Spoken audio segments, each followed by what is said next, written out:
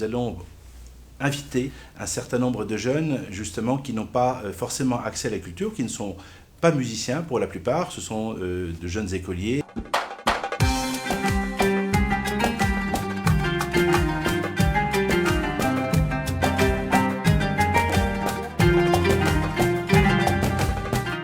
Alors, cette convention, elle unit effectivement le Conservatoire national supérieur de musique et de danse de Paris et la Fondation Hasdrubal, cette fondation Hasdrubal pour la défense des arts et de la culture, Mohamed Amouri, vient dès janvier 2023 offrir à de nombreux jeunes français et tunisiens des échanges très particuliers, des échanges musicaux très particuliers avec des sessions qui dureront une semaine et à raison de 5 fois par année.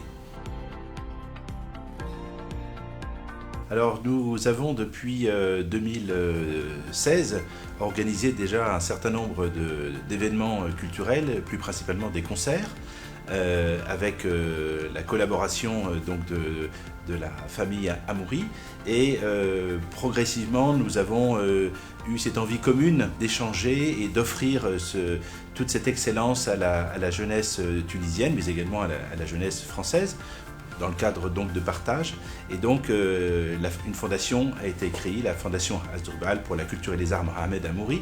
Et tout naturellement, il apparaissait parfaitement logique de tendre la main également au Conservatoire national supérieur de musique, de danse et de Paris. Et donc nous avons pris contact avec Émilie Delorme, sa directrice. Et nous avons donc signé cette convention dès septembre 2022, donc septembre 2022 jusque fin décembre 2022 pour l'organisation et des derniers détails.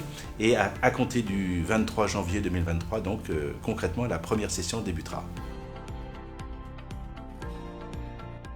Bien entendu, alors pour ce qui est des talents tunisiens, j'ai à mes côtés le violoniste franco-tunisien Ziad Zouari, que je ne présente pas aux Tunisiens bien entendu, qui en dehors du merveilleux violoniste qu'il est un très bon ami, et nous travaillons main dans la main justement pour le recrutement des jeunes, pour la sélection des jeunes qui vont être mis en contact avec les étudiants donc, du Conservatoire national supérieur de musique de danse de Paris et également dans le cadre de masterclass.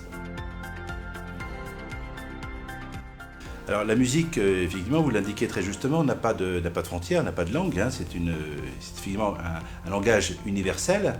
C'est la raison pour laquelle nous pouvons unir nos deux continents à travers la musique. Mais lorsque nous parlons de la musique, ce n'est pas tout à fait exact, parce que nous devrions plutôt parler des musiques, parce que bien entendu, lors de nos différentes sessions, il ne s'agira pas uniquement d'échanger sur le thème de la musique occidentale, mais bien sûr, la musique contemporaine arabo-andalouse sera partagée avec la musique dite classique occidentale, bien entendu.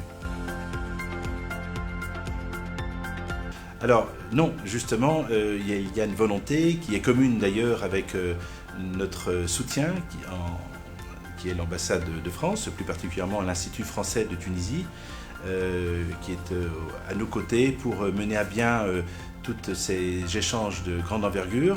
Et nous allons inviter un certain nombre de jeunes justement qui n'ont pas forcément accès à la culture, qui ne sont pas musiciens pour la plupart, ce sont de jeunes écoliers, collégiens ou éventuellement lycéens, mais qui ne seront pas forcément uniquement résidents dans le Grand Tunis. Notre volonté, c'est effectivement d'aller au plus profond de la Tunisie, c'est-à-dire de Beni Hemtir jusque Grand Tunis. Ça, c'est vraiment ouvert à l'ensemble de la Tunisie. On ne traitera pas uniquement que la côte tunisienne, mais également, bien sûr, l'ouest tunisien et du nord au sud, bien entendu. Et nous serons en mesure, lors de chaque session, d'offrir des invitations à 800 jeunes chaque semaine de session. Et il y a 5 semaines, donc c'est assez facile de faire le calcul. Sur l'année 2023, ce seront donc 4000 jeunes qui seront invités à nous rejoindre le temps d'une matinée de masterclass et ensuite d'échanges interactifs entre ces jeunes pour lesquels l'accès à la culture n'est pas forcément aisé, des échanges qui se feront avec les étudiants déjà présents sur place en résidence artistique et les professeurs qui donneront également des cours. Donc ce sera vraiment un partage d'excellence qui sont d'ailleurs les deux principales valeurs de notre fondation, c'est-à-dire l'excellence et le partage de l'excellence. Par habitude, je ne communique jamais tous les détails d'un courrier qui est bien sûr envoyé à titre personnel, mais simplement effectivement le président de la République française nous a fait le plaisir, et également son épouse, d'adresser à la Fondation Hasdrubal un courrier empreint d'une attention toute particulière pour les activités que nous mettons en place.